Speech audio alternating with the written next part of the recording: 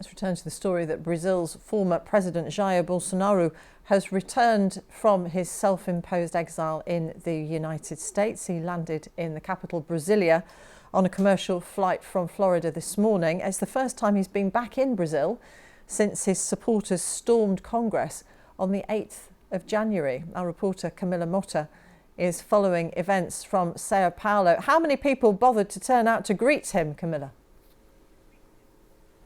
A lot, actually, Martine. There were dozens of Bolsonaro supporters in the lobby of the airport in Brasilia. They were wrapped in the Brazilian flag. They were wearing the Brazilian national football team jersey. They were chanting the national anthem, jingles against Lula, waiting for Bolsonaro. But Bolsonaro didn't show up. He actually exited through a private exit. He left through a private exit and went straight to the headquarters of his Liberal Party, the party to which has been affiliated for the past 2 years. He's facing an investigation now. Tell us about that after his supporters stormed Congress. Yeah, he's facing several investigations, actually. There are 16 lawsuits against him in the Brazilian Superior Electoral Court, and one of them investigates into the January 8th attacks in Brasilia. Thousands of his supporters stormed government buildings. But besides that, some of the probes also investigate him spreading disinformation and casting doubts on Brazil's electoral system in the 2022 elections. And he's also been entangled in this very controversial case involving Saudi Arabia. He received some very expensive jewelry from the Saudi government, and he has actually a deposition scheduled for next Thursday on the federal police to explain himself on that case. What sort of activity is he expected to engage in politics from now on in Brazil? How visible are we expecting him to be? Right, so this is still a question that we're waiting to be answered. In an interview yesterday, he said he's too young to retire. He's 68.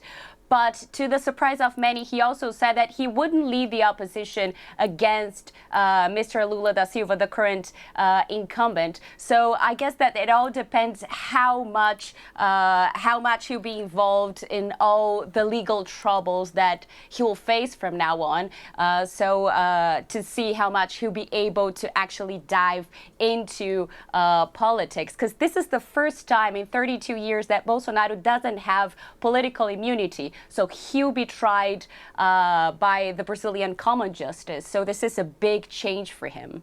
So how surprised were people that he chose to come back, given that he doesn't have that immunity? Right, so we're still trying to figure out what led to this decision. And there are a few factors. The Brazilian economy has been moving at a slow pace, so maybe he thought that this was a good time to come back. The opposition still does clear leader, and also he could be starting to strategize for the local campaigns in Brazil in the 2024 elections. So as I said, he went straight from the airport to the headquarters of the Liberal Party. So he's come back. Could be him trying to set up his strategy on his political action for the next month. Camilla, thank you very much for joining us from Sao Paulo. Camilla Motta, much more on the background to that story and why Jair Bolsonaro put himself into exile in the United States on the BBC News websites and the BBC News app. You're watching BBC News.